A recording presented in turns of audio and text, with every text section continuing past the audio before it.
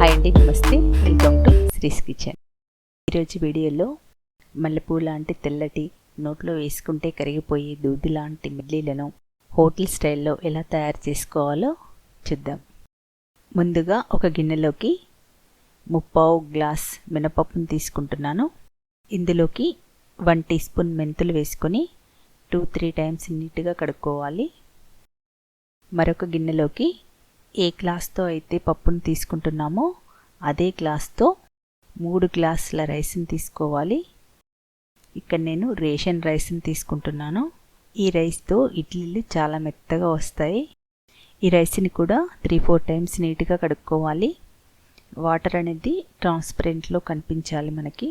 ఇలా కడుక్కుంటేనే ఇడ్లీలు అనేవి తెల్లగా వస్తాయన్నమాట. పప్పుని అలాగే రైస్ని కడిగి పెట్టుకున్నాం కదా, వీటిని 7 నుంచి 8 గంటలు ఖచ్చితంగా నానబెట్టుకోవాలి. రైస్ ఎంత నానితే అంత మెత్తగా వస్తాయి ఇడ్లీలు. అంతేకాకుండా రైస్ని మిక్సీ పట్టేటప్పుడు రవ్వగా పిండి అంతా కూడా ఈక్వల్గా వస్తుందన్నమాట. 8 అవర్స్ తర్వాత ఇప్పుడు వీటిని మిక్సీ పట్టుకుందాం. ఇడ్లీలు స్మూత్గా ఫ్లఫీగా ఉండడం కోసం 1/2 కప్పు పోహాను వేస్తున్నాను. మిక్సీ జార్లోకి పప్పుని వేసుకుని ఆ తర్వాత పోహాని కూడా వేసుకుని పోహాని అప్పటికప్పుడు కడిగి వేసుకోవచ్చు. వీటిని నానబెట్టాల్సిన అవసరం ఏమీ లేదు. పప్పుని మిక్సీ పట్టేటప్పుడు పప్పులో నుండి తీసిన వాటర్ని పడిపోయకుండా తగినన్ని పోసుకుంటూ ఫైన్ పేస్ట్ లాగా మిక్సీ పట్టుకోవాలి. ఇలా పేస్ట్ లాగా పట్టుకున్న తర్వాత దీన్ని ఒక బౌల్లోకి వేసుకొని మళ్ళీ ఇదే జార్లోకి రైస్ని కూడా వేసుకొని మిక్సీ పట్టుకుందాం. రైస్ని బ్లేడ్లు మునిగే వరకే వేసుకోవాలి. ఇది మరీ పేస్ట్లా కాకుండా సన్న రవ్వలాగా పట్టి పెట్టుకోవాలి. పిండి అనేది ఇలా ఉండాలి.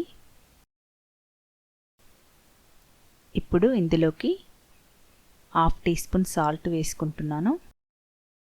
చేత్తోనైనా లేదా విస్కర్తో అయినా ఒకే డైరెక్షన్లో కలుపుకోవాలి. ఇలా చేత్తో కలుపుకుంటేనే పిండి అనేది బాగా కలుస్తుంది. ఇలా 3-4 మినిట్స్ వరకు బాగా కలుపుకోవాలి. ఆ తర్వాత మూత పెట్టుకొని 8 నుంచి 9 గంటల పిండిని పులియనివ్వాలి. 8 గంటల తర్వాత పిండి బాగా పులిసింది. కావలసినంత ఒక గిన్నెలోకి వేసుకొని ఇలా కలుపుకోవాలి. నెక్స్ట్ ఇడ్లీ ప్లేట్లకి కొంచెం ఆయిల్ రాసుకొని పిండిని వేసుకోవాలి.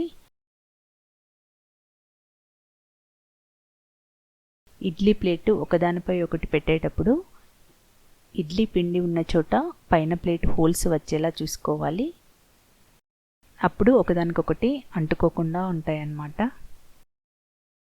ఇలా నీళ్లు మరుగుతున్నప్పుడు ఈ నీళ్ళలో ఇడ్లీ ట్రేని పెట్టుకుని 20 మినిట్స్ స్టవ్ని మీడియం ఫ్లేమ్లో పెట్టుకుని ఉడికించుకోవాలి. 20 నిమిషాల తర్వాత ఇడ్లీ ఉడికిందా లేదా అనేది చెక్ చేద్దాం. ఇలా చాకుకి పిండి అంటుకోవట్లేదు కాబట్టి బాగా ఉడికినవి. వీటిని 5 మినిట్స్ చల్లారనివ్వాలి. 5 మినిట్స్ తర్వాత ఇలా తీసి చక్కగా హాట్ బాక్స్లో వేసుకుంటే వేడివేడిగా ఉంటాయి.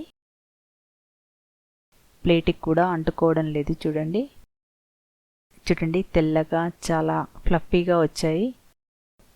ఎప్పుడు ఇడ్లీ రవ్వతోనే కాకుండా ఇలా రేషన్ రైస్తో కూడా చేసుకోవచ్చు. తప్పకుండా ఈ ప్రాసెస్లో ట్రై చేయండి.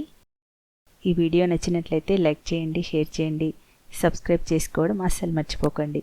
See you next video.